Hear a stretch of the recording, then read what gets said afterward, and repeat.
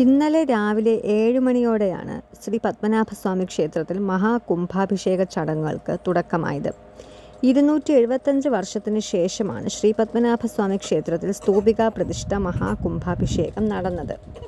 സ്തൂപികാ പ്രതിഷ്ഠ മഹാകുംഭാഭിഷേകം നവരനെല്ലി നിറച്ച 3 സ്വർണ്ണ താഴികക്കുടങ്ങൾ ശ്രീകോവിലിലും 1 ഒറ്റക്കൽ മണ്ഡപത്തിലും സമർപ്പിച്ചു. 300 വർഷം പഴക്കമുള്ള വിശ്വക്സേന വിഗ്രഹത്തിന്റെ പുനഃപ്രതിഷ്ഠയും തിരുവമ്പാടി ശ്രീകൃഷ്ണസ്വാമി ക്ഷേത്രത്തിലെ അഷ്ടബന്ധ കലശവും നടന്നു. അഷ്ടബന്ധ ചടങ്ങ് എന്താണെന്ന് വെച്ചാൽ, വെള്ള നിറത്തിലുള്ള ഇടത്തരം വലിപ്പമുള്ള ശംഖ്, കടുക്ക, ചെഞ്ചല്യം, കോലരക്ക്, കോഴിപ്പരൽ, പേരാറ്റുമണൽ, വലിയ നെല്ലിക്ക, എള്ളെണ്ണ എന്നിങ്ങനെ 8 ദ്രവ്യങ്ങൾ ഉപയോഗിച്ച് വിഗ്രഹവും പീഠവും ഉറപ്പിക്കുന്ന ചടങ്ങാണ് അഷ്ടബന്ധം.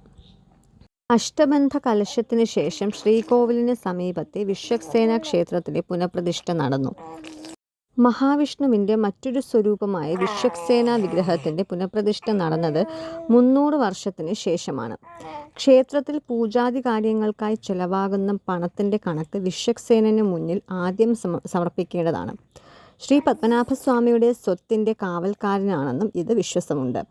ഒറ്റക്കൽ മണ്ഡപത്തിൻ്റെ വടക്ക് കിഴക്കേ കോണിൽ പ്രത്യേകം ശ്രീകോവിലിലുള്ള വിശ്വക്സേനൻ്റെ പ്രതിഷ്ഠ തെക്ക് ദർശനമാണ് ഉള്ളത്. വിശ്വക്സേന ബിംബം കടുശർക്കര യോഗം എന്ന സംവിധാനം ഉപയോഗിച്ച് വർഷങ്ങൾക്ക് മുൻപ് നിർമ്മിച്ചതാണ്. പത്മനാഭസ്വാമി ക്ഷേത്രത്തിലെ ഭക്തിനിർഭരമായ ഈ ചടങ്ങുകൾക്ക് ഗവർണർ രാജേന്ദ്ര ആർലേക്കർ പങ്കെടുത്തു. ഇന്നത്തെ വീഡിയോ ഇഷ്ടമായെന്ന് വിചാരിക്കുന്നു. കൂടുതൽ വീഡിയോസിനായിട്ട് ചാനൽ സബ്സ്ക്രൈബ് ചെയ്യാൻ മറക്കണ്ട. താങ്ക്